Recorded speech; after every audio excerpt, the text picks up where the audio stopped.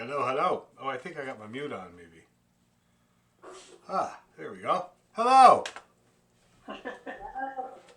How's everybody doing? Very good. That's good. Great. Geez, August is finished and we're into September, eh? Wow. My gosh. It's pretty insane. I can't believe it. The kids are going back to school real soon. It's like, I don't know what happened to August. I guess we partied too hard.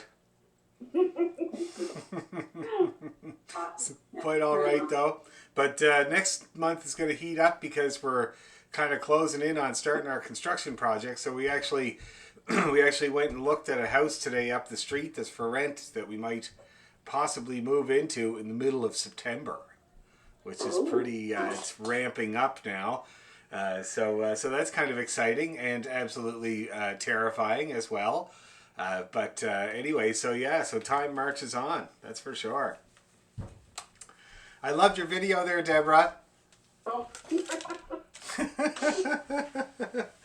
It was. It was like, I'm just sending it. That's good. It's good. You know, it's good when I get to hear, like, I thought you did really well in a lot of ways as well. You know what I mean? Like, there was a lot of it that I thought was good. It's just simple matter of practicing and you know, like, it's very, very little. It's just trying to get through it. I totally understand, you know, totally understand. So anyway, it's great to get that though. Great to get videos from everybody and be able to give feedback. It's really, really good. But some days you're the diamond, some days you're the stone. I thought that was pretty good. In England they say some days you're the pigeon, some days you're the statue. That's a good one too.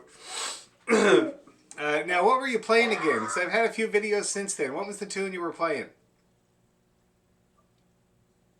What were you speaking of? I was saying, what was the tune that you were playing on the video again? Off to California. Off to California. Okay, yeah. And the problem you were having there, I'm trying to remember now because I've watched a few of people's videos since then. He said for the Boeing down on the... Oh, it was a Boeing problem primarily. Now I remember, yeah. So half the time you were kind of going up when it could have been a lot easier to go down. And it's one of the things that I noticed stops people, you know? I remember Elaine went through that as well. Remember that, Elaine, trying to line up the bowing so that you weren't going opposite direction for the next phrase or whatever, and it can really stop you in your tracks, you know, especially once you get used to this whole down bow downbeat thing. Once you get used to that, if you happen to be going up for it, it can really throw you, you know. Now it shouldn't. The stronger you get at bowing in general, the less likely that is to happen. And in fact, my friend Pierre Schreier, he's a grandmaster fiddle player twice in the competition circuit here in Ontario. And he actually said that he practices tunes bowed backwards on purpose, just so that if he ever gets turned around, it doesn't feel weird. And he can easily get back on track. And he's a big fan of that. He's like, you know, if you practice sort of the what can happen sort of thing, then it can really help you. For instance, he said he spent a long time trying to practice playing cuts on an up bow, just in case he ever had to. And it's just what it gives you is more mastery over your bow so that nothing throws you. Things don't throw you, you know? So for instance, like if I was playing that tune and I ended up starting up for the phrases, wouldn't bother me at all. Like, see, like this.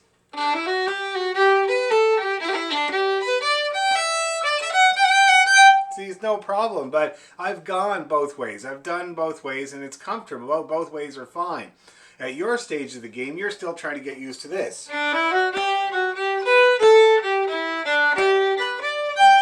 Which is going to be more intuitive and better for you at this stage. Once you get that so that it's happening all the time, no matter even in a new tune, then you'll start to branch out to other bowing patterns. But for now, down bow is your strong note. See, you have gravity going for you. It's easy to move the bow straight on your down bow, much harder on the up bow, as you know. And so that's why we kind of use it to our advantage. All right? Yeah. And I hope that helps. Oh, very much. Very much. And I put on YouTube an example of the way that I bow it.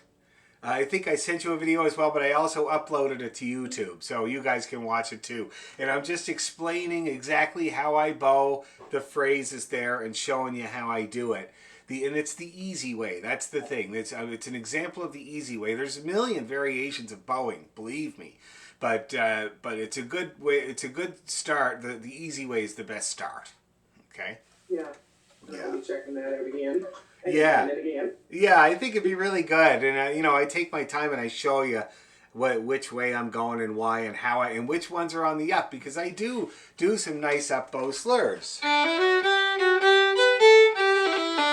See that? That's a lovely Irish slur there. 3 notes in the up bow, all on the same string, and I'm pulling my fingers off the string. You hear that little nice popping noise when I bring my fingers off the string though.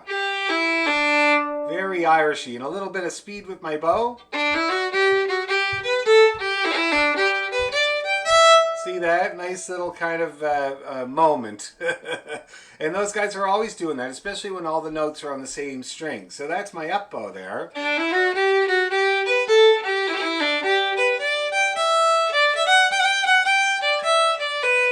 Another up bow slur there. And I do those in an up bow because then I can go down for the big note.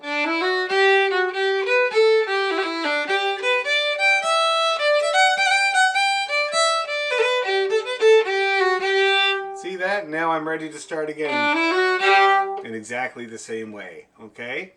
So that's the best and easiest way to start playing that tune. Okay? And that's going to stop you from stopping, Deborah. Thank you. Yeah, no problem. No problem. All right there. So anybody else wants to send me music, please do. And yeah, I was very pleasantly surprised to see how much music we've learned over the while that we've been working together here. I made a list of it with my kid's pencil crayon, and oh my God, it's a lot of music. So I thought it'd be great to just kind of play the tunes tonight, see what's strong for people, see what still needs work, and address any questions or problems or issues. And also, I thought we might as well get a start on the A major scale, eh? It's a real important scale for our music, especially the Scottish stuff. It's all in A. My buddy Brian complains all the time. Whenever I lean over at him and say, okay, we're going to do a Scottish set, he always gets his capo out and he says, okay, which one? Meaning A minor or A major. So it's a good one to have under your belt. And it's not the easiest scale, that's for sure.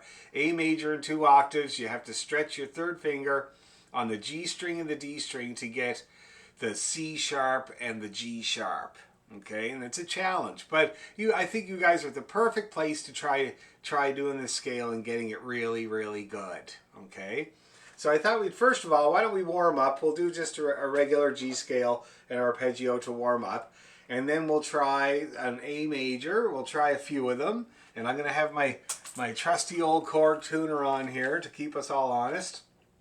And we'll talk about the dangers involved in the key of A, besides making Irish people get upset. So I'm going to check my tuning, because my fiddle was out of tune earlier today. Not bad.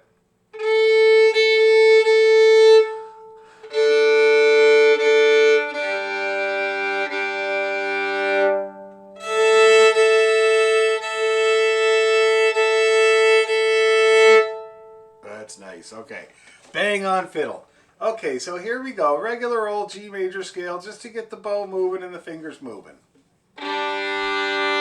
Ready, and...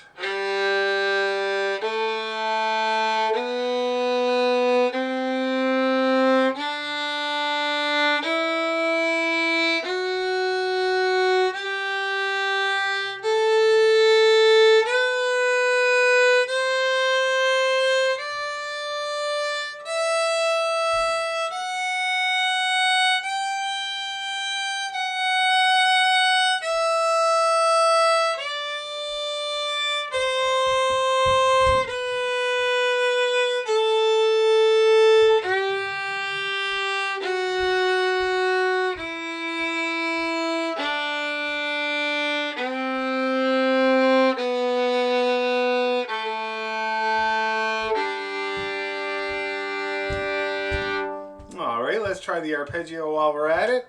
Ready, and...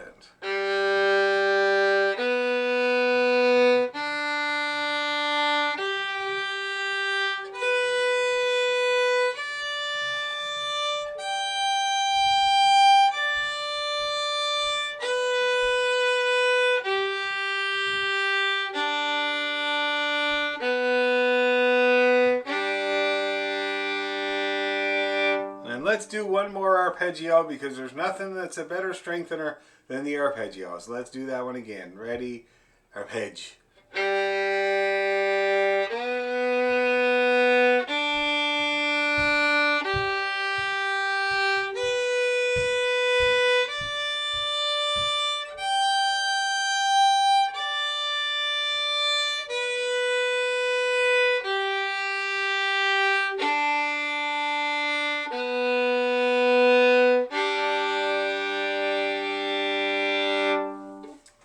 How's everybody feeling about their G major? Everybody feeling good these days? That's great. That's really good. And also, take note of where your first finger was. Because when we do the A scale, that's going to be a very important kind of starting point and reference point is where your first finger lies.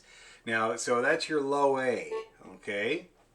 Yep, that's good, Bill. See, that's really good. Now, that low A is a little tiny bit flat. You might want to just press a little harder on it to get it to come up a little tiny bit. And when I play my low A, I have quite a lot of pressure down.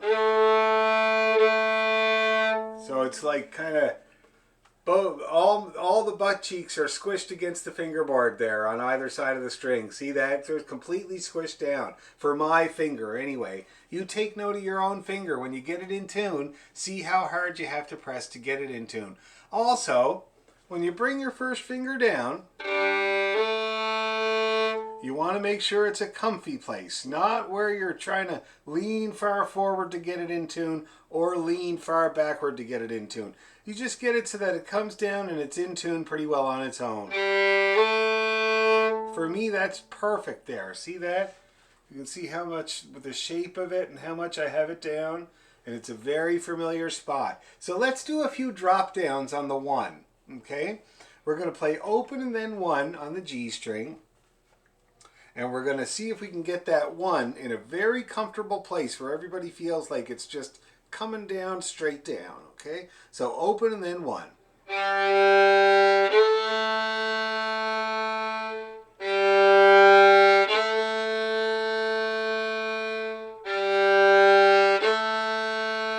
One more.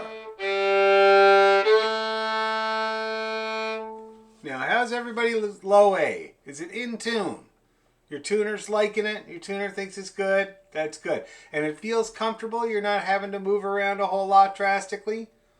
Perfect. So that's your first finger reference point. Try to remember how that feels and where it is on the fiddle. Okay? Let's do a couple more before we start this A major nonsense. Open and then 1. Now for me that was a tiny bit sharp. I'm going to do it again. That's better.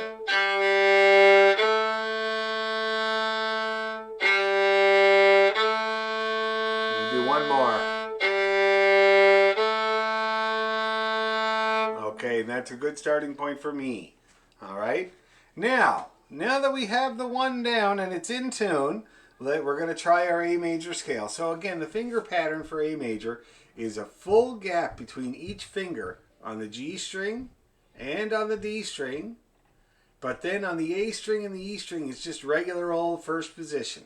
Okay? The scale starts on G1, that's the low A, and it ends on E3, that's the high A. Okay? E3, third finger on the E string, E, F, G, A. So, and then the middle A is, of course, your A string. So we're starting on G1. We're putting full steps between each finger on the G string and the D string. But on the A string and E string, it's regular first position. And we finish the scale on E3, come back down. Okay? So let's get that G1 in place. And let's do it nice and slow. Ready, go.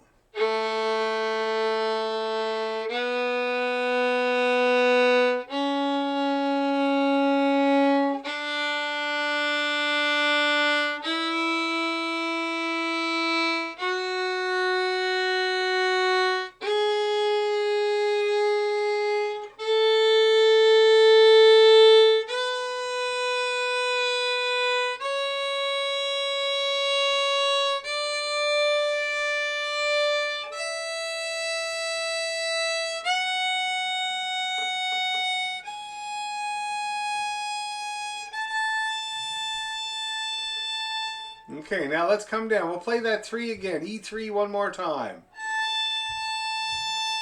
2, 1.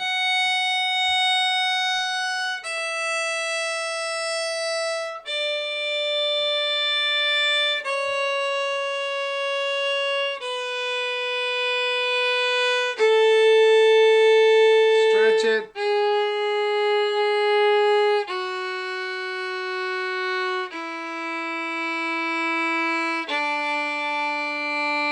Stretch it.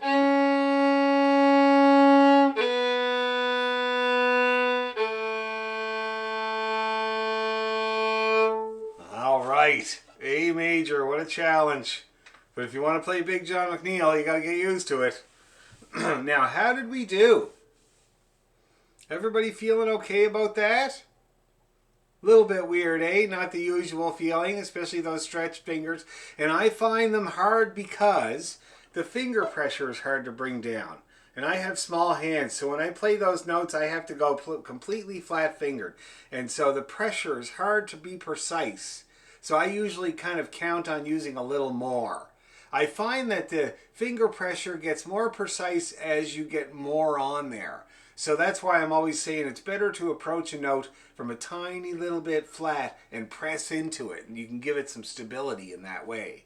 See that? Because trying to press down hard with a flat finger is like trying to press a button with the end of a 2x4. It's kind of hard to control the force that comes down. So I use just a little bit more. Okay? So let's do it again. Let's get that low A in tune one more time.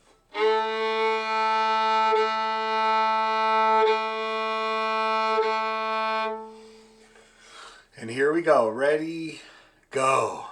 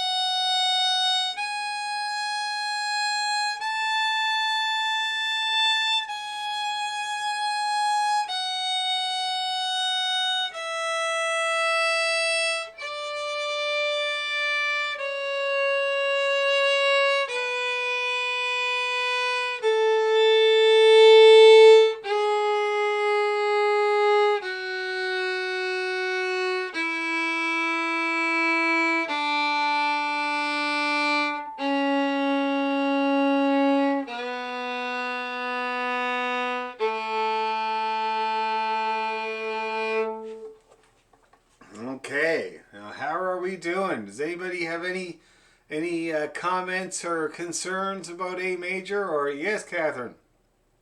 I find to get the stretch to the C sharp and whatever the other one is, my other fingers have to come off, which I know is not ideal. I suppose if I just keep working at it. Well, no, you're right. I mean, even for me, my finger, your finger wants to come off. So when you stretch, it's just physics, right?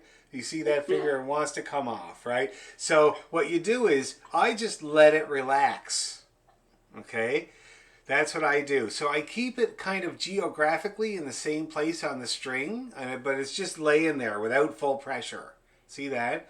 And I reach for that third finger. And the other thing is that I often pivot on the 2. See that? Yeah. And that means that you can kind of just relax back to place, see? So you're still holding your place with your hand, but it's not as drastic as kind of that. See that? That's the way that I do it. But I don't want you to, I want you to try to just see if you can just relax your finger, and so it still stays generally in the same address, you know, so that you don't have to do, the thing is about it is that you don't want to have to retune it when you go to put it back down. That's the big thing. It takes time, and you don't have time. So you want to leave it geographically in the same place, but just relax it, and then all it is a matter of finger pressure back in. Okay? So go ahead and let that happen. Just try to be in control. Okay? Good point, though. Really, really good point. Anybody else have any observations about the key of A?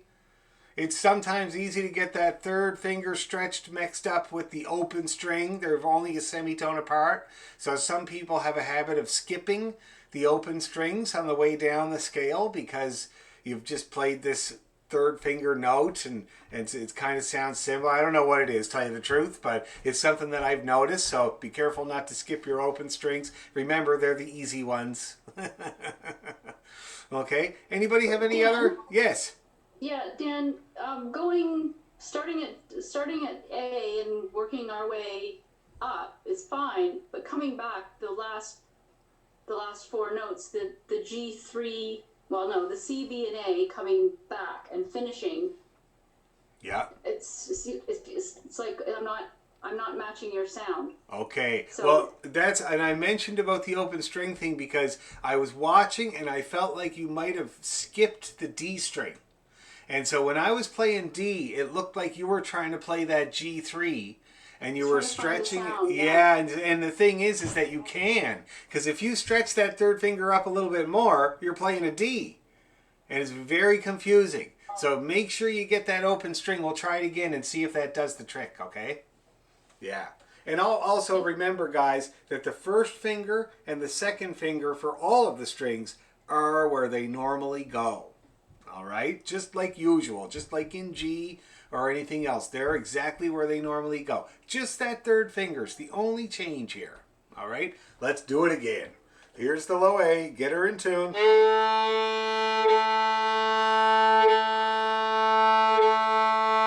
Yeah. Okay, here we go. Nice and easy, slow. Ready, go.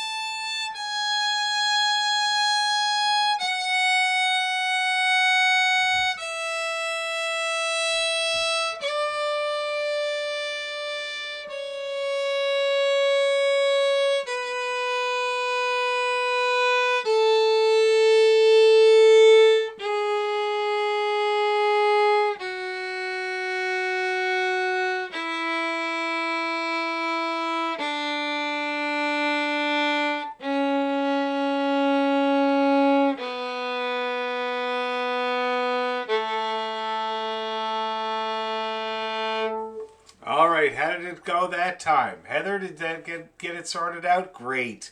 Yeah, it's just something I've noticed a lot for some reason. So it's something to watch out for because you're probably doing a perfectly fine C sharp. Now, anybody else? Anybody else have any observations or questions or comments about the A major before we try it again? And then we're going to try the arpeggio. Anything at all? Okay, here we go. One more try. And then we'll try the arpeggio.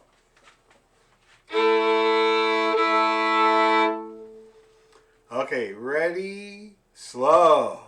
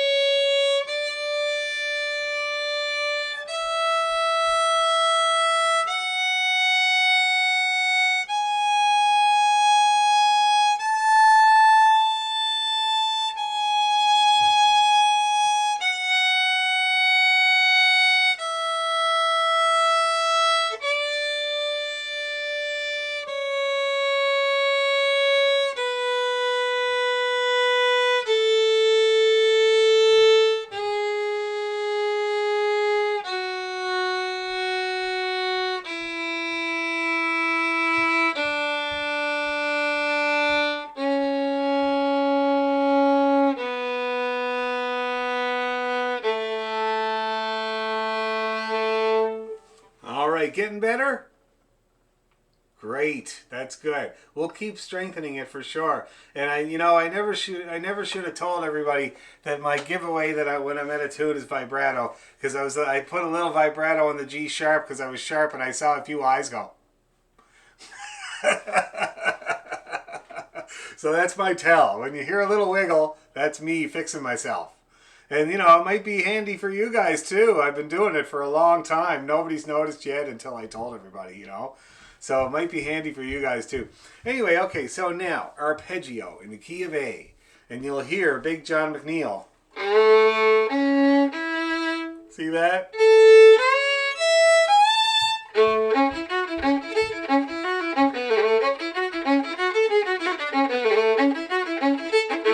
See that? That's just a big arpeggio. Somebody's idea of a joke.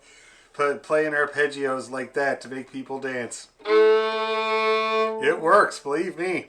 So, the first note of the arpeggio, of course, is the low A. And here it is again for you guys to tune to.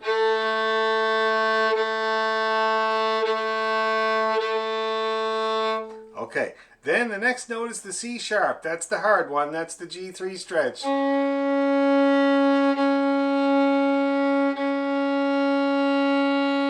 And the next one is the E on the D string.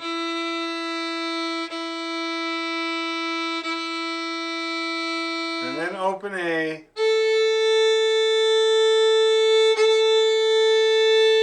And then A2, that's the C sharp. And then the open E. And then of course your high A to finish.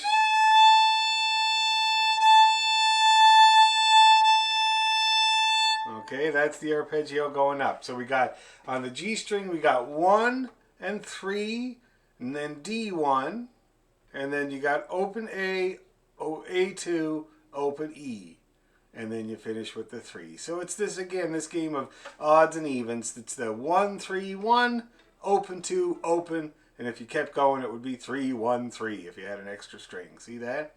So odds and evens again. Let's do it again there, guys. That's the low A.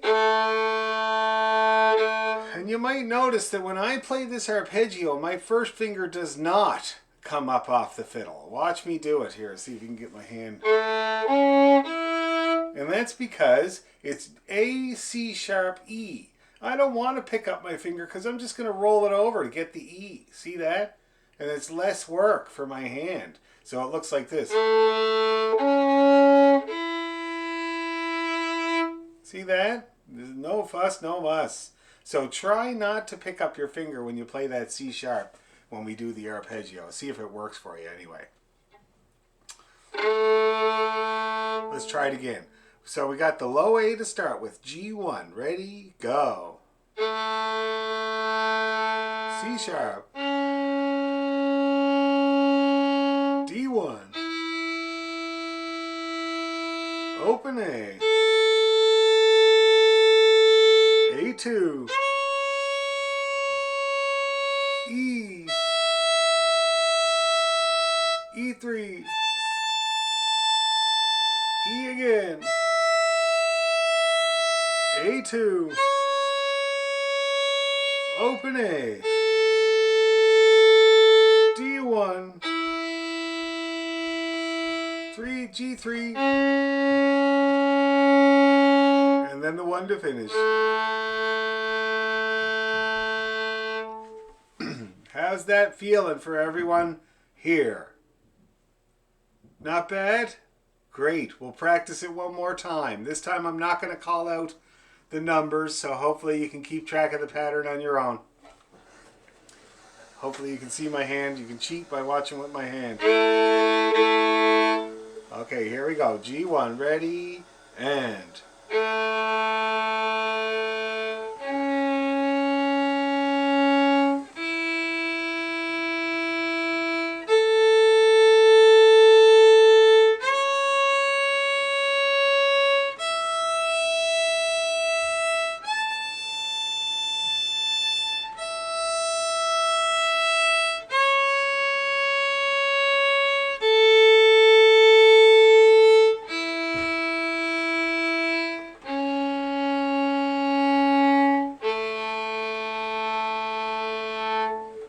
did that go? Getting there? Cool, that's great. All right. I'd like to try it one more time, but a little faster, just in case it show up anything that's weak, okay? Let's see. We'll go a little tiny bit faster and see if anything suffers. Okay. Ready? And...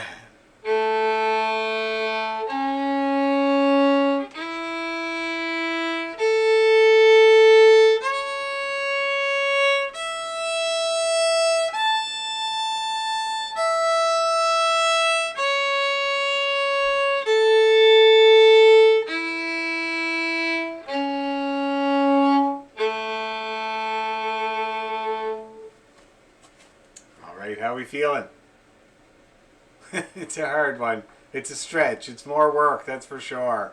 I have one student, Rick, who's made a lot of really good progress with intonation in the past while, and so he's decided to challenge himself by doing all the A tunes. So Big John McNeil, Trip to Windsor, and Cape Breton's Welcome to Shetland. Have you guys heard of those tunes?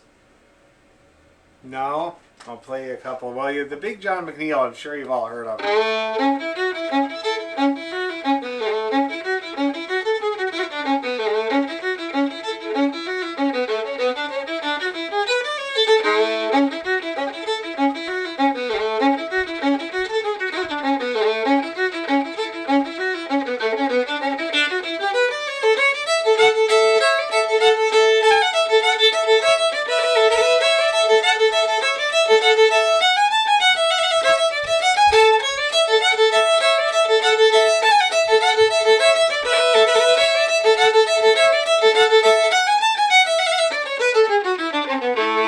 The Big John McNeil, and you can see it's just a big scale and arpeggio on the key of A with a bit of rhythm and a bit of soul. That's about all it is.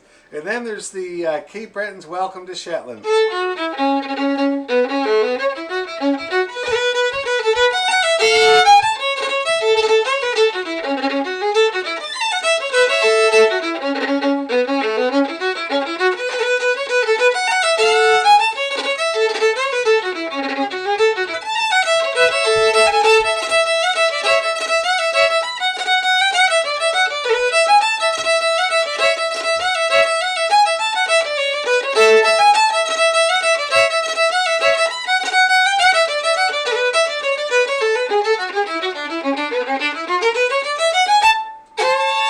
Great old tune from Shetland.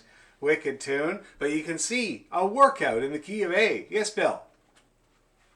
Are they hornpipes? No, they're reels. Real. Yeah, real. They're reels. Yeah. Yeah. Sometimes the Scottish people kind of call reels hornpipes, but they're really just reels. The only time a hornpipe is truly a hornpipe is for Irish. When it has that feel, that kind of nice feel. That, like, for instance, in Off to California. And then the other tune, so you can see here the challenge of playing in that key, eh? And the Scottish thing is all over. So, Dan R. MacDonald, Trip to Windsor. Check this out. This is like a handful.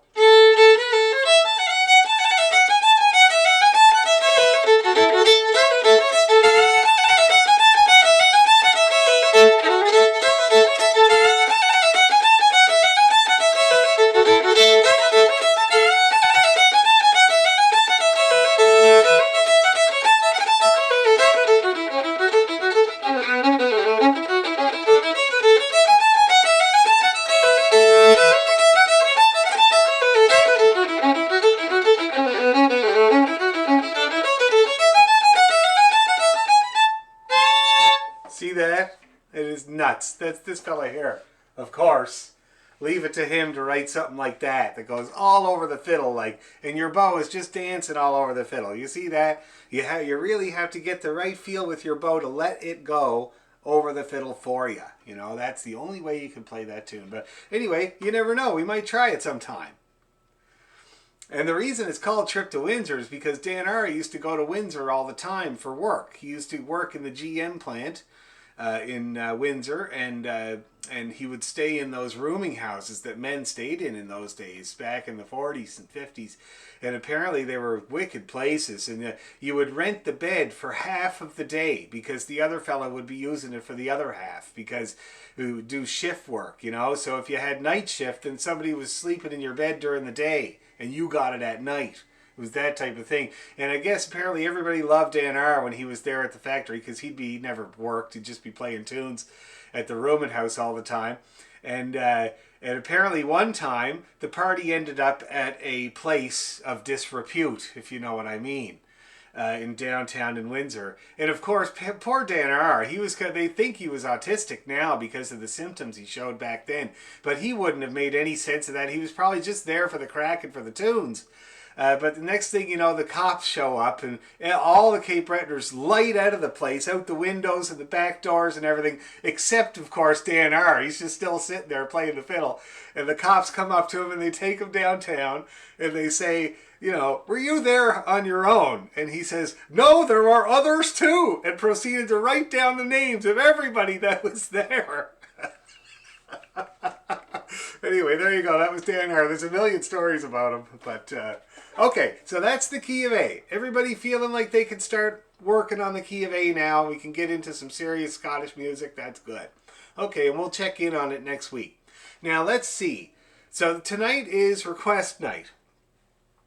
So what's the first tune we're going to practice? Or should we practice? Maybe we should have a little crack at the what do you call it there? The Taylor's Twist, since we kind of just learned it and stuff like that. So why don't we start with that? We're going to go real nice and slow through the Taylor's Twist, and we'll just have a couple of practice cracks at it, and then we'll open up the request line.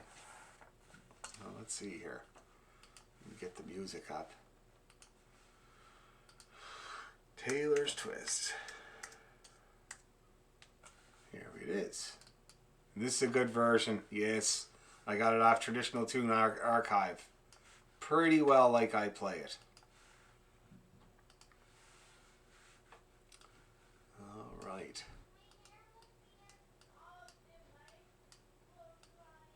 Okay. Now, let's see. So, first of all,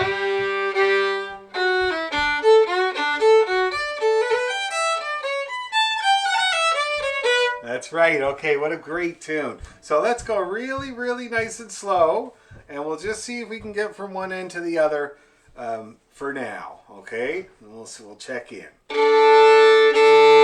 Okay, here we go. 1, 2, 3.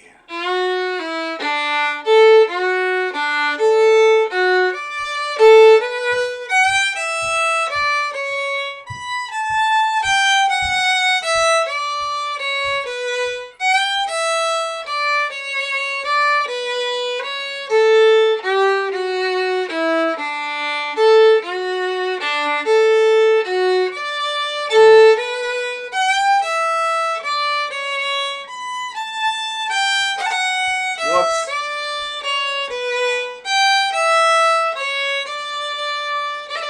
Repeat.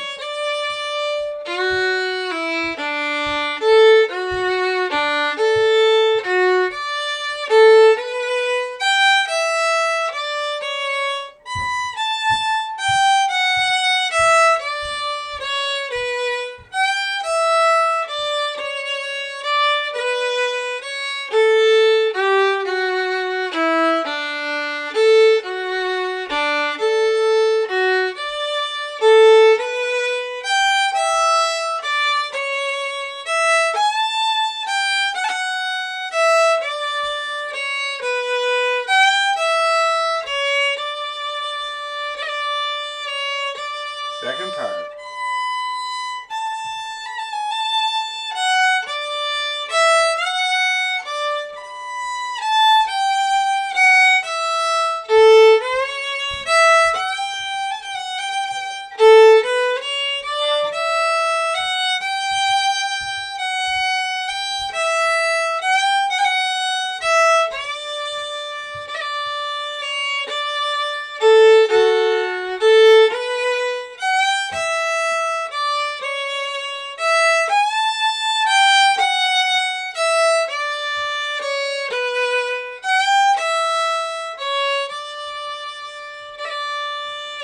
Repeat.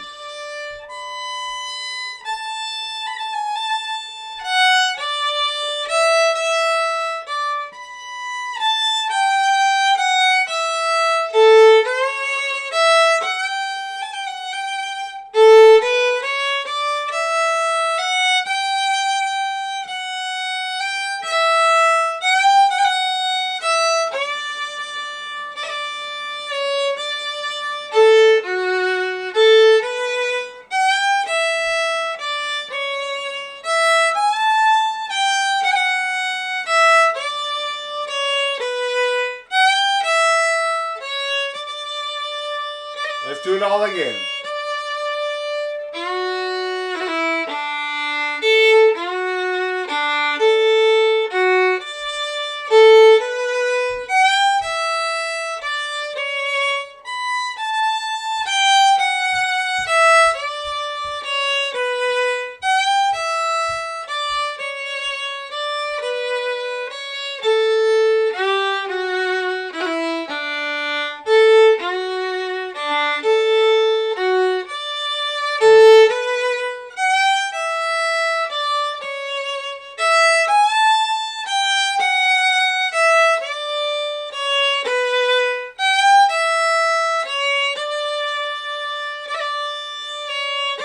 Repeat.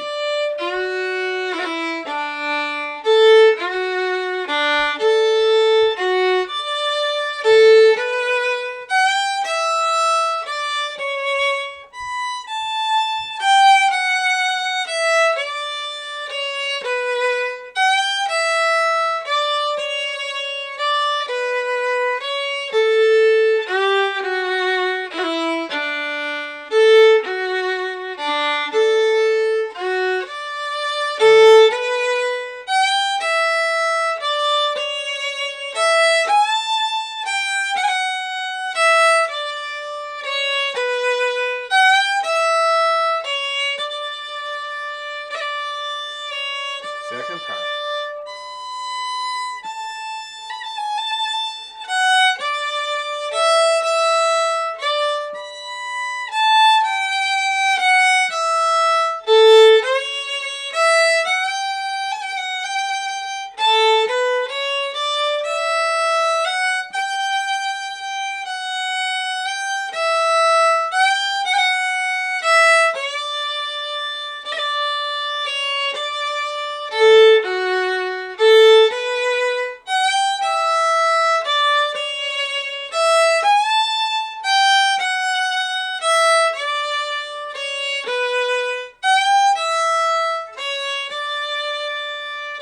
Repeat.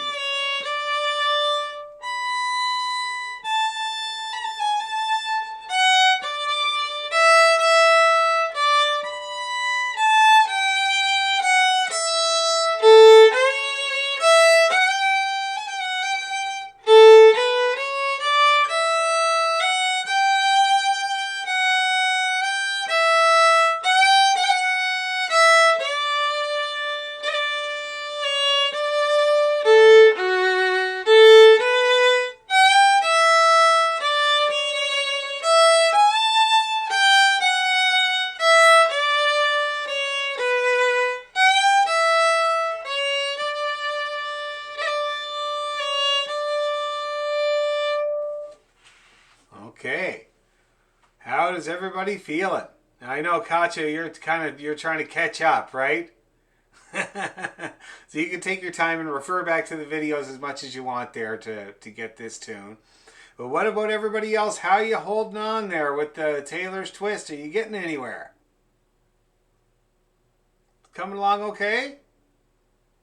Okay, cool. If there's any questions or comments, now's the time, because I wouldn't mind trying it a tiny bit faster. But if you have any problems or anything that's stopping you, yes, Heather? So in the second part, am I unmuted? Okay. In the second part, let's see, not the high B, not including the high B section. I forget what those things are called. What is each section called? A bar. Thank you. No problem. beginner. So in the 1, 2, 3, 4th bar, what's the timing like? What's the I'm not playing it in time. Sure. So that's a triplet that you encounter there. The little group of 3 notes that says 3 underneath of it. That's a triplet. So that's basically what that means is 3 notes in the space of 1 quarter note. So it's kind of like a jig. So that whole bar sounds like this. See how that works there? Oh. Yeah. So it's kind of like 1 and 2 and triplet 4.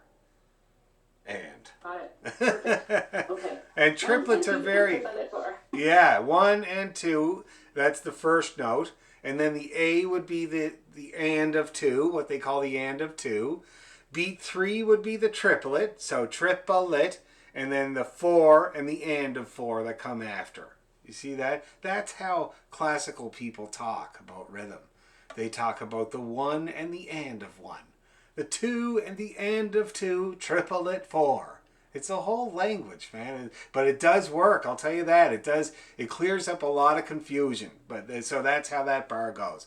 1 and 2 and triplet 4 and 1, 2 and 3 and 4 and 1, 2 and 3 and 4 and... Okay? Yes, Deborah? The second note it's got this little wavy thing over the top of it. What were you doing on that note? I'm playing a roll on it, and that wavy thing is basically the universal sign for ornament. And for Irish music, 9 times out of the 10, it's the roll. And actually, most of the time when you see that squiggly line, it means a roll. And I think I've explained what a roll is. Have I? Before? Don't know. So a roll is when you play the melody note. In this case, it's an A. The note above, so that's the high B. The note again. The note below. And the note to finish. 5 notes all together. That's what it sounds like there, a roll. So,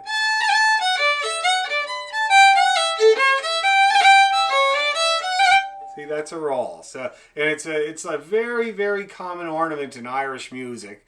It's like the #1 ornament in Irish music. 5 notes all together, and it's if you saw it written out, it would be basically an 8th note for the melody note, and then 5 30-second notes. See that? So yum diddle dee dum. That's how the roll works. See that? That's how you do a roll. Okay? And that's what that sign indicates that you're supposed to do. It's the reason that they don't write it all out is that people's rolls are different. Everybody's rolls are different, and some people wouldn't do a roll, they do a different ornament. But basically that's usually what it means. Okay? And you can try it sometime. We'll do a whole kind of section on rolls. They're hard, and people in Ireland, when they learn them, they don't usually learn them until they're like kind of in like pre-teen type of time frame. You know what I mean? So, and they split it up. They first teach you the grace note. That's the note above. And then they teach you the single cut.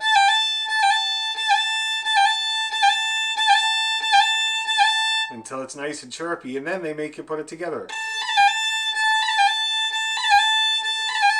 See that? And that's the Irish method of doing it. It takes longer. I find most people can get onto it pretty quick, but I have some people that have had real trouble getting onto rolls, and so we do that. We do it the old-fashioned way, splitting it up, and it seems to work for some people that are having trouble. Anyway, so that's what you want to do there. I always recommend, if you want to put a roll in, pick one roll, and try to get it in either every time or the second time. Because ornaments are like that. They're intimidating. If you try to get everyone in, nobody has ever succeeded. It's better to pick one and make a stab at it. And then the next time it comes by, you make another stab at it. You know what I mean? Before you know it, you'll be getting it, and then you'll be getting more. One or two begets many. And I found when I learned to do rolls, I couldn't stop doing them. And now I purposely go to a session on a Sunday that's by a Clare fiddle player where they play very few rolls and ornaments in Clare. Very few. It's stripped down Irish music. And so I purposely go to that session to get my hand to stop putting ornaments all over everything like every note is a Christmas tree. You know what I mean? So my buddy Brian from Sligo says if you try to do everything, you end up doing nothing. But yeah, once your hand gets the hang of it, oh man, you'll be all over the place with rolls. Anyway, any other questions or comments before we try it again a tiny bit faster? Bill, you have sore shoulders. You can do the rollout. Do this here and this here. That's the most important thing there. I do that all the time. Still do. Okay? Let's try it. We'll go a little faster too. Sometimes when you're going so slow in a tune, it makes you tense. All right, here we go. A 1, 2, 3.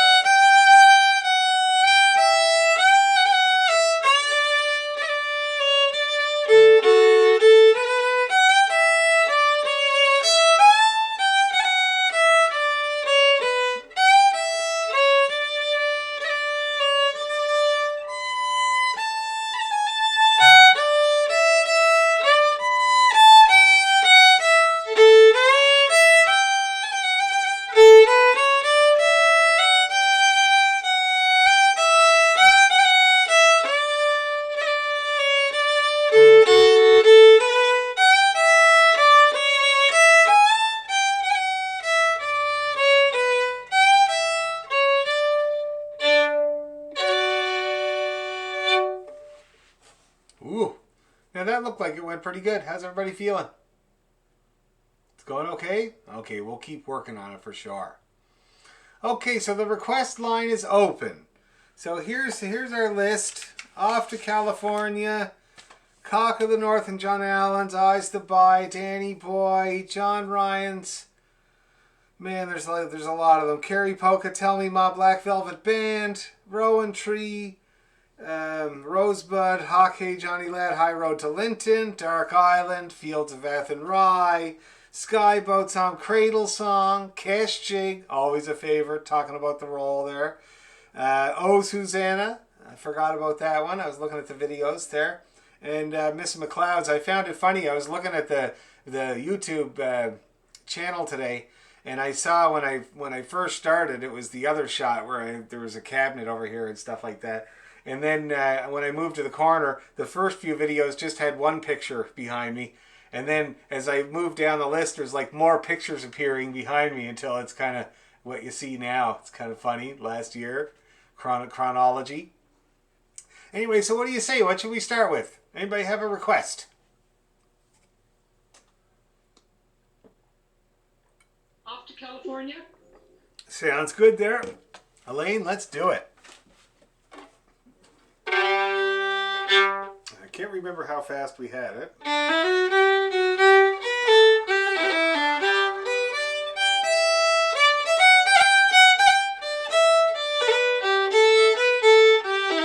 think somewhere around there, eh? Okay, and Katya, you're going to keep your helmet on there. You're going to try to play at least a few notes. I bet you can get a few. Okay, here we go. 1, 2, 3.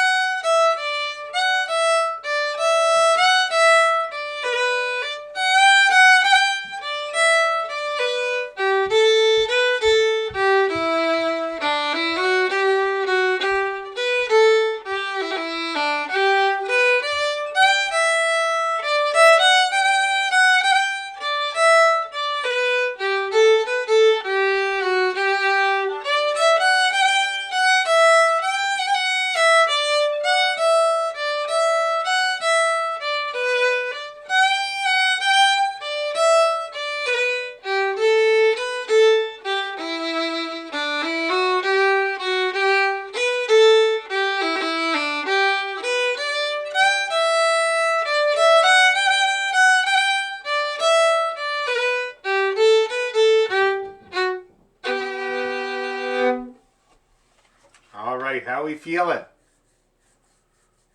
Not too bad? Any questions, comments, queries, or concerns?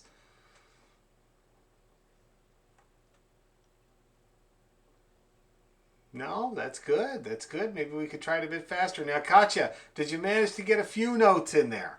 A couple of the times. Well, just a few. I find it hard to, if I don't, I really have to work to get that piece to play. And if I don't have this pre-work, it's very hard for me to jump in. Yeah, to jump in. And at that tempo too, it's too fast. If I do the pre-work, then I can do it. But I know it's not a very fast pace, but. No, I totally understand. But what you might, the nice thing about this tune is the amount of repetition. And I'm sure you hear that over and over. You hear that. It is a very, I don't want to say simple tune. It's very light, and I'm sure. Yeah, I'm just not there yet. Sure. I think just play along. I wish I could. No, that's okay. But I would encourage you to try to play, say, the first few notes, because it keeps coming back, those same few notes. Okay. You have to play it, I don't know, like a dozen times before you're finished the tune. So I would encourage you to do that every time we go to repeat the part. And then in the second part where it comes back again, you could maybe take a stab at that when it comes by too. But otherwise, you're right. You just go back to those videos and get the bits, and you'll be off to the races. Yes, I will be better next time. Yeah, it's all right. It's all right. Anybody else having any difficulties or anything like that? Any questions or weird things or anything? No?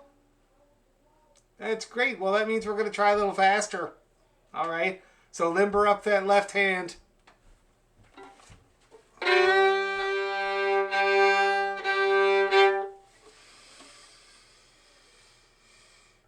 What's this here? Oh, okay. Right on. Okay, here we go.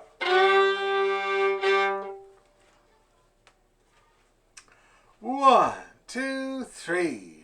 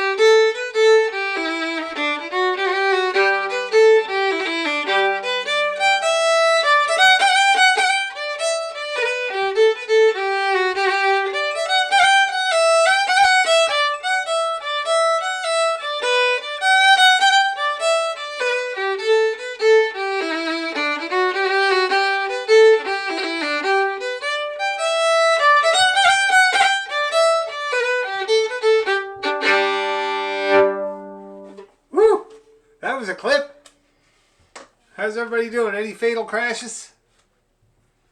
Just a few scrapes? That's great.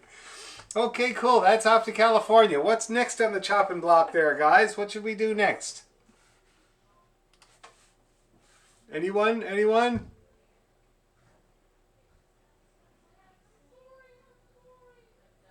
Okay, Johnny Lad. Hockey, Johnny Lad. Okay, what did you have there, Julie? I wanted to John Allen's and Cock of the North together as we had done them. Let's do that. Okay, so first of all, hockey. We'll try hockey a couple times, all right? Hockey, Johnny Lad. Give you a chance to get your music out. While you're doing that, I'll remind you of what it sounds like.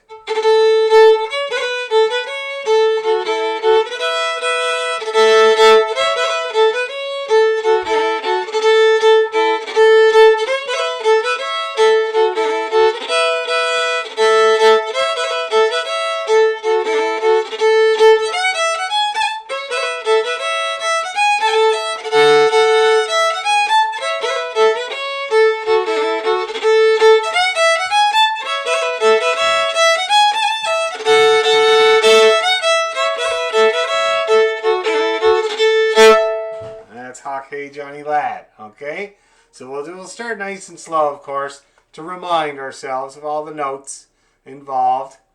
Heather's probably gone looking for music, although I think her scene has the distinct look of a mom staying with her daughter for a while in the city. I have a feeling that's what's going on there. Anyway, let's go nice and easy now and remind ourselves. Oh, she found the music. That's great. I gotta ask you, Heather, do you have enough djembes in your bedroom, or is that your bedroom?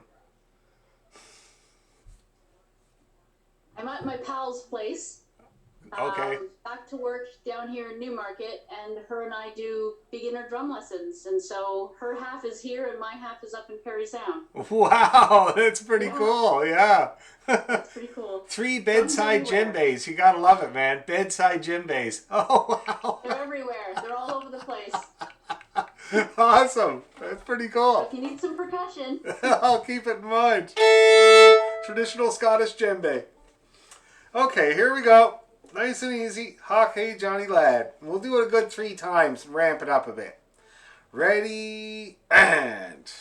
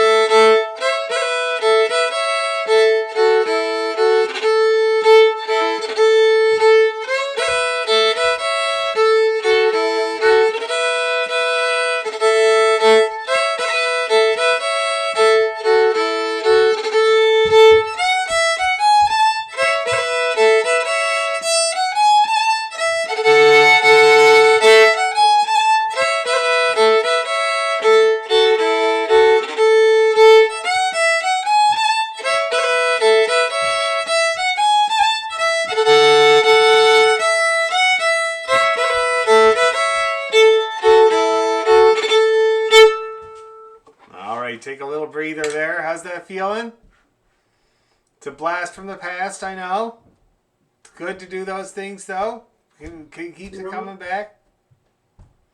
Hey, Bill? The problem, like the way it's written, it's so small, I could hardly see it. So I made it up on the other page much bigger. That's good. And I can play it better with this. I can't see it. I can actually play it better, and I don't think I don't know how that would be, but I could. It's like I don't know. I don't really think I know what the notes are. I just kind of have an idea. Yeah. And when I made it bigger, it made it harder to play.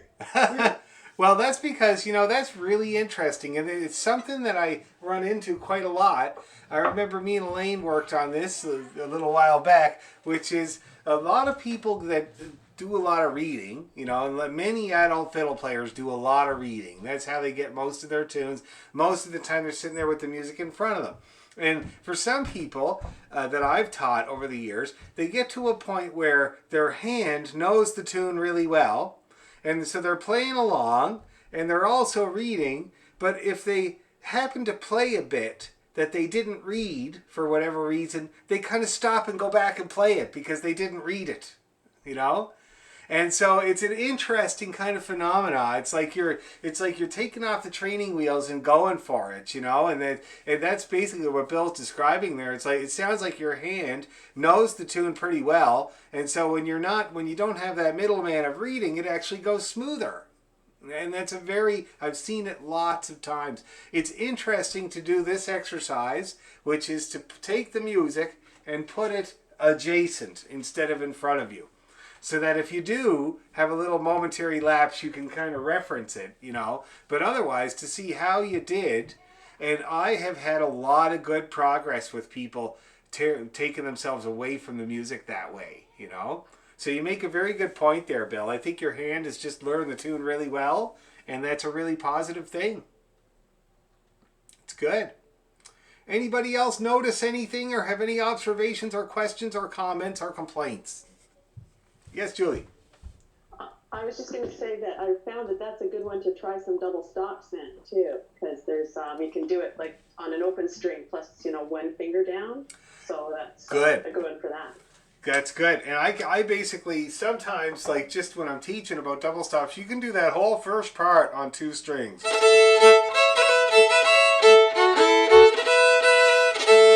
See that? And then same with the second part. It's not as easy because you got to do that, which means you got to be in tune. Listen to this. And you might play it on its own and nobody really notices, right? But when you play with that open string, glaringly apparent. So you got to watch for that, but you could do it.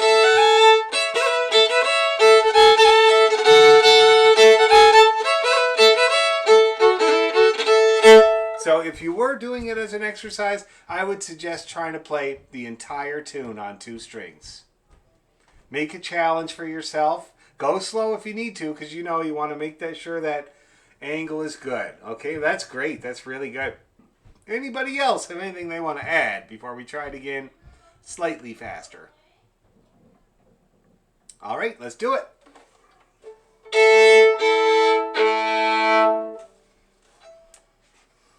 Okay, a little tiny bit faster. This is not a tune that really gets played fast, but let's see what we can do. 1, 2, 3.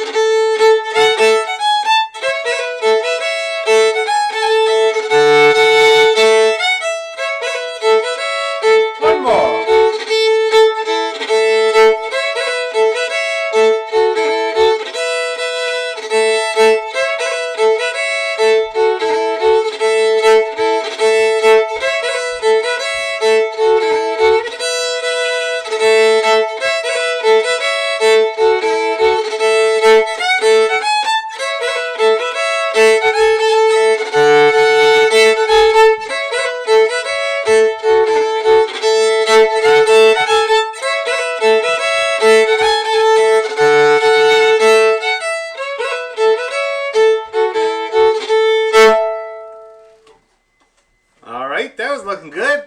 Woohoo! Got a little heat on there. That's great.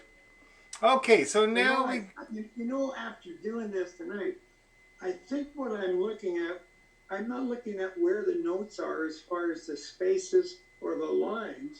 I'm looking at the shape of the notes. Good man, Just Bill. The shape of them. Yeah, absolutely. That's what's helping me there. That's good. That's one of the tips that I always talk about with reading is to just look at the shape of the melody. You know, like my dad's teacher used to say, when the dots go up, you put your fingers on. When the dots go down, you take them off. Simple as that, you know? So that's really good to hear. You're absolutely right. And hopefully the rest of you guys are starting to see that too. And the shapes become familiar. For instance, arpeggios. You know, I spot those a mile away. Like as soon as I look at a tune, my eye can spot those arpeggios and my hand knows what to do already. So that's really, really good. Now let's see the jigs. Were we doing John Allen's first or Cock of the North first? John Allen's, yeah. So that's going to be...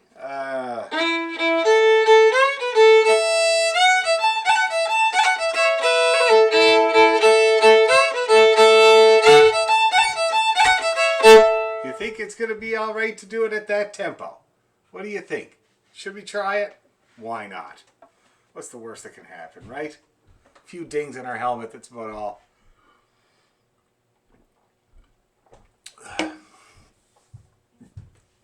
Alrighty. John Allen's jig, we'll do a good two times each in the Cape Breton sort of tradition for these ones. 2 times each, and then go into Cock of the North. I got to remember Cock of the North.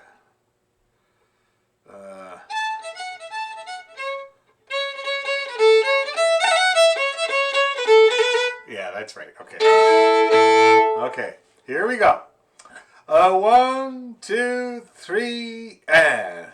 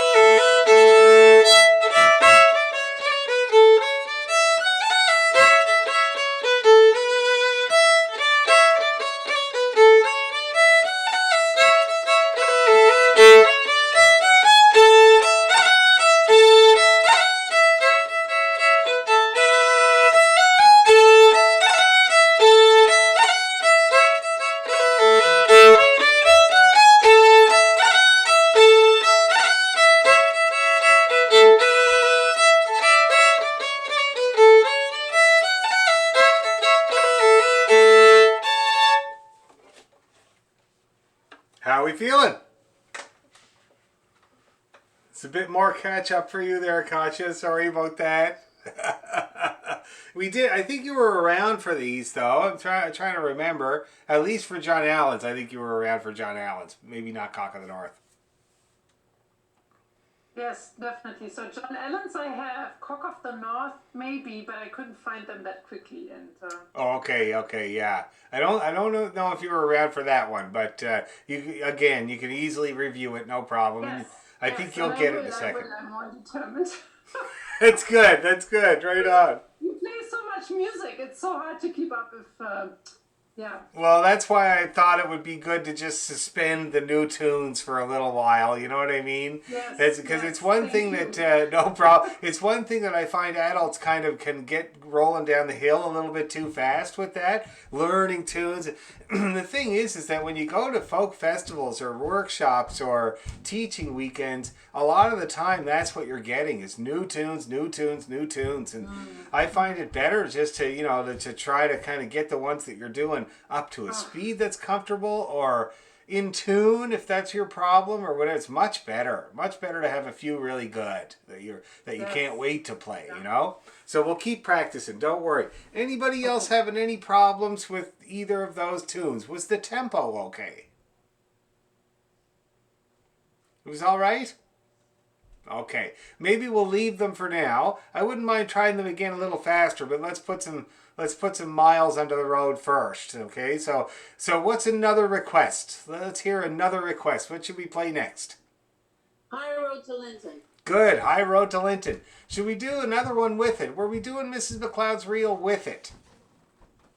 Anybody remember?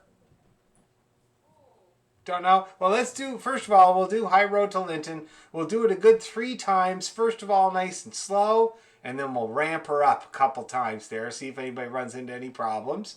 And then maybe we'll take a look at Miss McLeod's as well, because I think we were doing those in a set. I think the whole set was going to be the Rosebud, the Rowan Tree, Hawk Hey Johnny Lad, and then I can't remember if it was High Road to Linton first or Mrs. McLeod's first. Can't remember, but anyway. We actually started that set with Hector the Hero, then Rowan Tree, then Hawkeye, then High Road to Linton. Hector the Hero, cool. So, and then Hawkeye, and then High Road to Linton. Okay, so let's work on High Road to Linton anyway. Oh, okay, Ignite, Katya. Yeah, see you later. Good luck with the videos. Okay, High Road to Linton there, everybody. Just while you're getting your music out, I'll remind you.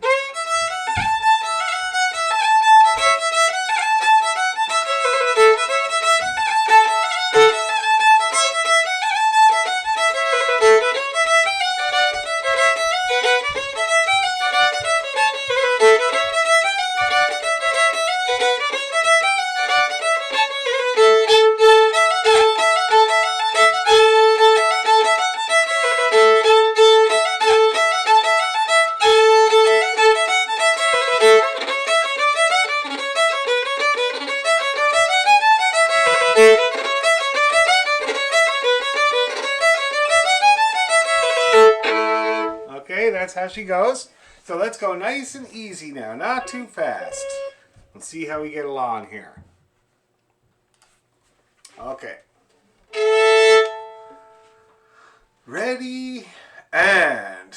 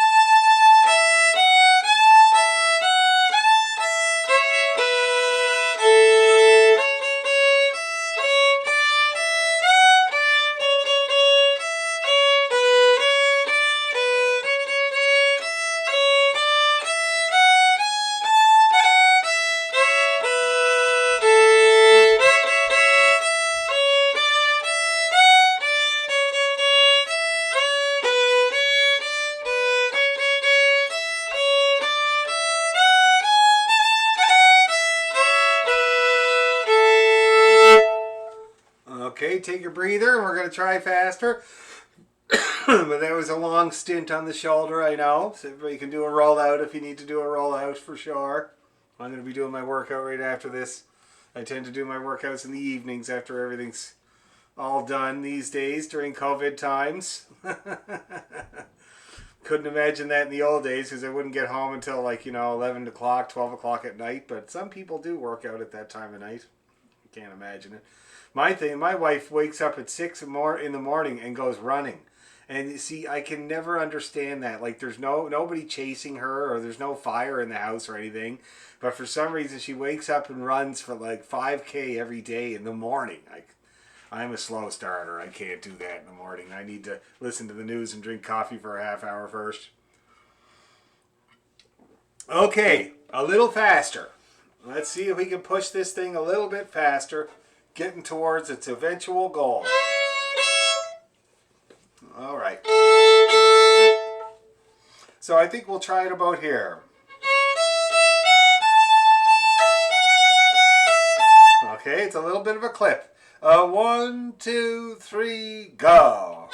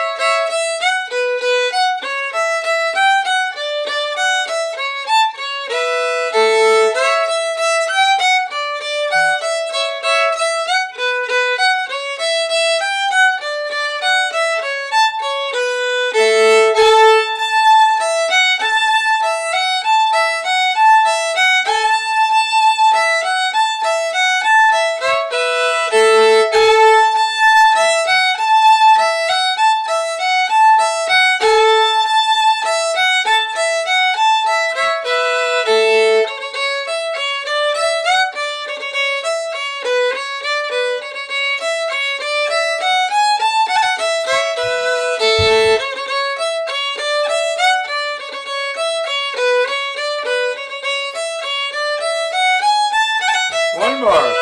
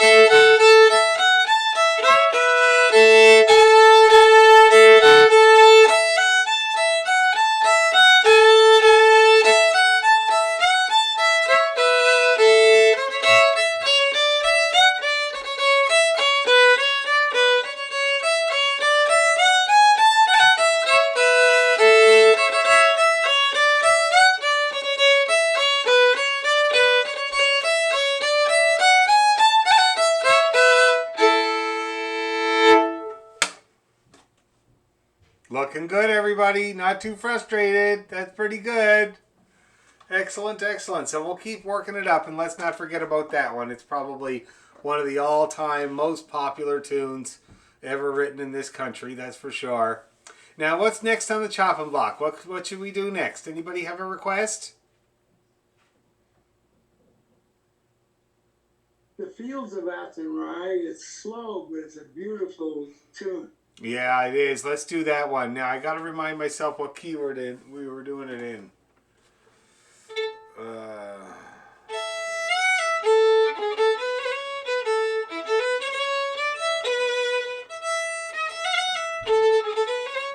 I got to remind myself here. Anybody remind me what key we were doing it in? G. Okay. Okay.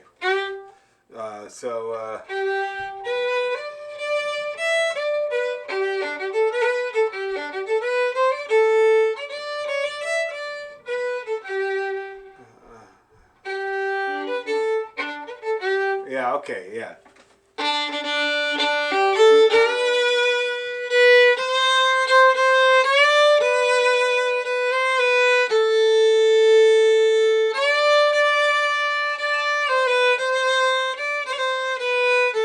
Okay, everybody remember that one? Or at least gonna have a crack at it? No, you don't remember that one? Did I send? Well, so I don't know if I sent music for it because this was one of the ones that people were gonna try working out on their own. Let me just see here. Fields of Athenry. I think you did send music out, Dan. I've got music.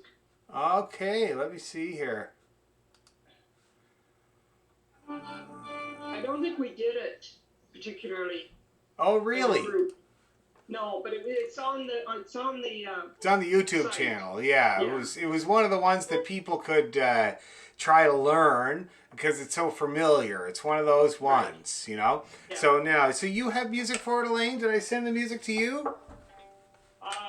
Well, I have music for it. I'm assuming you sent it out. Okay, let's see here. I don't know if I did because it was one of those projects where I thought people could try to work it out. So let me see here. I'm gonna see if I can find it. Fields. It's got harmony too. Okay. In Gaelic. Not In for G. this one. Okay, let's see here. Image search. Here we go. Okay, so I found it. Irish folk songs. I'm just gonna get it off of the. Why does it have to do that? Oh, that's the. They have like some kind of tab. Oh, Here we go. Okay, I got the good one. So I'm just gonna do a screenshot. Get that music. There. And it even has words, which is great.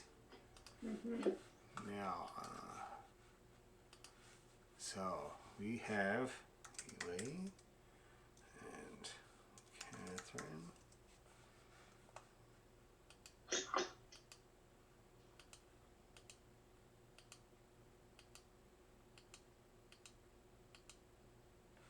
Okay, Fields. It was so funny whenever I was playing in the bars doing this tune, there would be somebody that would come up and say, "Can you please play the Fields at Henry?"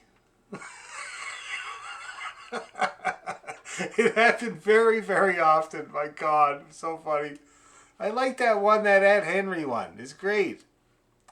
Okay, here it is here. Fields.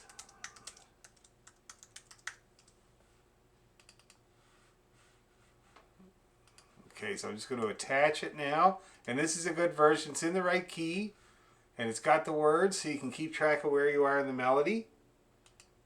And off it goes. Now let me play it a few times here while you're kind of waiting for the satellite to send you the music.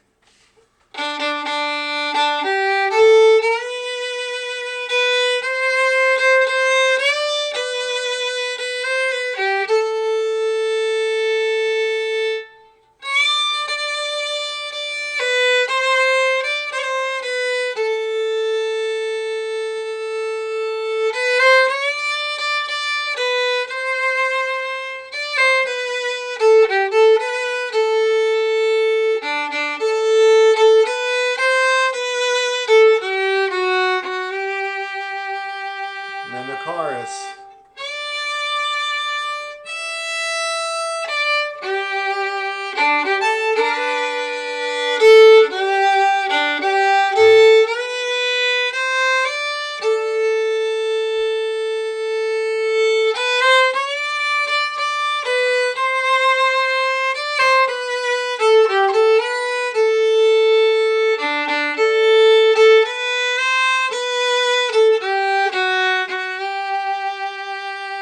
Everybody getting the idea there? It sure helps when you can see the words, eh?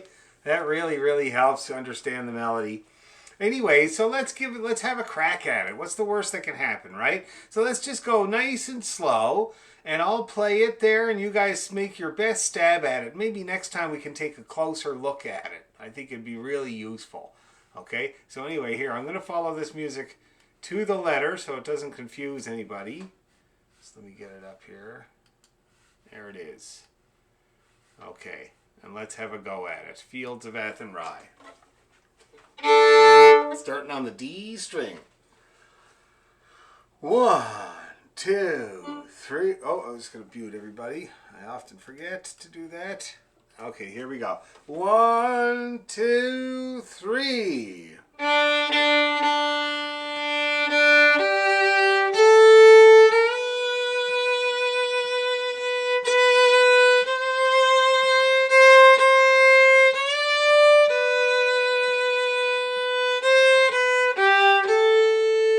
Big wave.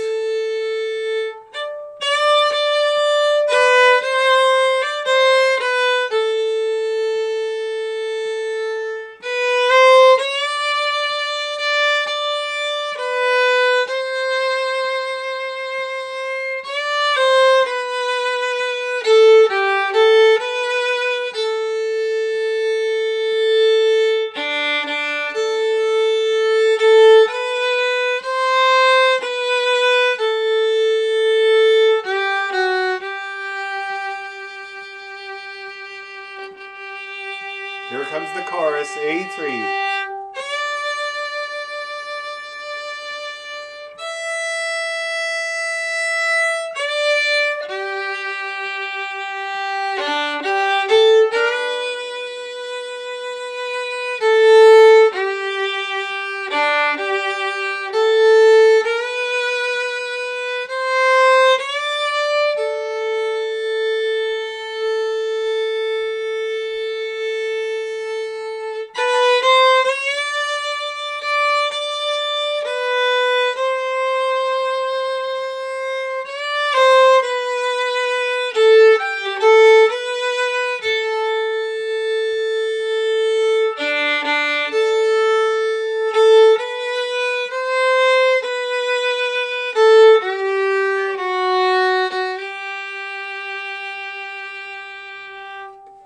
All right, how did everybody do there?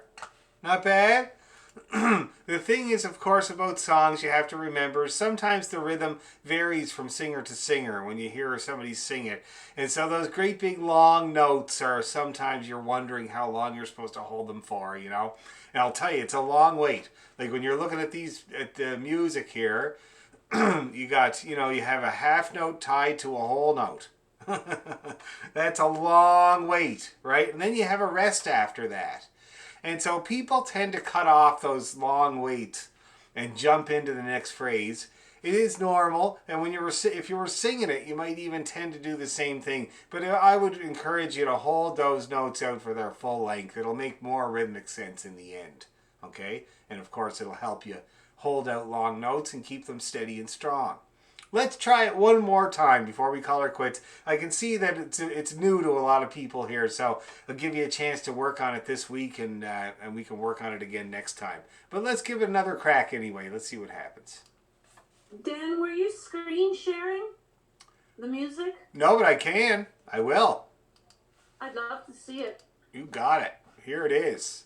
Everybody seeing that? I'll make it even bigger. Whoa! How's that? Great. Perfect. Let's do it again. Oh. Little wipey up the strings. Okay, here we go. 1, 2, 3.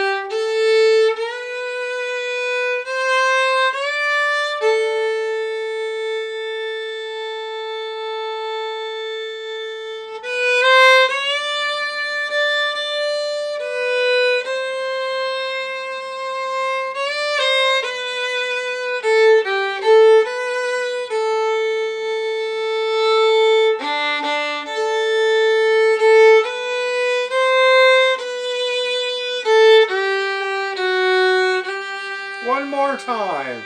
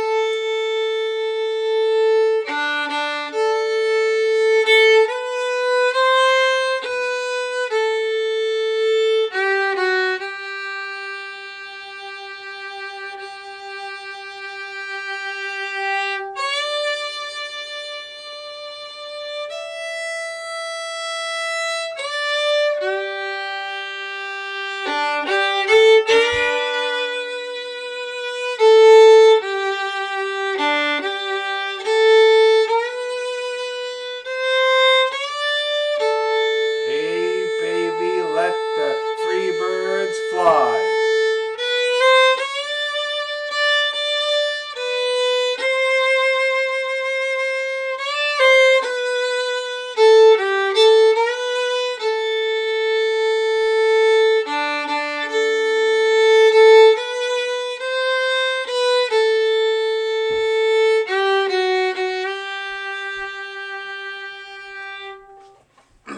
All right, how'd we do there?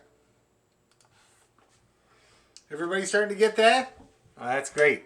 That's what all the Irish guys shout out after the free birds fly part. Everybody shouts out, hey baby, let the free birds fly, when you play it in the bar. I don't know why, they always do. Anyway, yes, Bill? That's a great story. Did you send those words? You sent me that. I did. I sent it to you too. Yeah, it is an amazing story. It's very tragic, eh? I mean, like, happened all the time. Yeah. Anyway, guys, there you go. So that was a great practice night. I feel like we need another one because we barely touched on our repertoire, right? So now, just to keep track, it's always good to keep track, we've worked on Off to California, Taylor's Twist is a work in progress, Cock of the North and John Allen's we worked on. We did Fields of Athenry we worked on. Where's that in my list here? Here it is. High Road to Linton. High Road to Linton we worked on, yes. And Hawk Hay we worked on. So that kind of narrows it down. We got Wild Mountain Time. We got Eyes the Bite, Danny Boy, John Ryans and Carrie Polka. Tell Me Ma Black Velvet Band, Rowan Tree. That would be a good one to review because we could put together the set, practice the set again. And then we got Dark Island, Skyboat Song, Cradle Song, Kesh Jig. That would be good to get because we can stick it at the end of the Scottish ones, okay, to make Scottish people angry. And then we could do, don't forget, Oh Susanna and Miss McLeod's, okay? So take a look at a few of those. We'll do another request night next week. We'll start kind of sharpening up all of our stuff to make it more comfortable, that you'll want to pull it out and play it for people. Yes, Catherine? I do not have Oh Susanna, Cradle Song, or Dark Island. Okay. I don't know if I sent out music for those, but let me just write that down. So, Oh Susanna, Dark Island, and Cradle Song. I think they were before my time, so to speak. They could be, and I just don't know if I actually sent music out because I put a bunch of these familiar old songs and tunes on the YouTube channel for people to try to get on their own by ear because they already know it. You know what I mean? But I can certainly find music for those. We can kind of accelerate the process a little bit. But they're on my YouTube channel, so you can reference them that way as well. Great. Okay, so we'll do another practice night next week, and before you know it, we'll be really good at all these tunes. All right? Thanks for your patience, everybody. It was a good night of practicing. Thanks, Dan. Okay, see you next Tuesday. Bye-bye.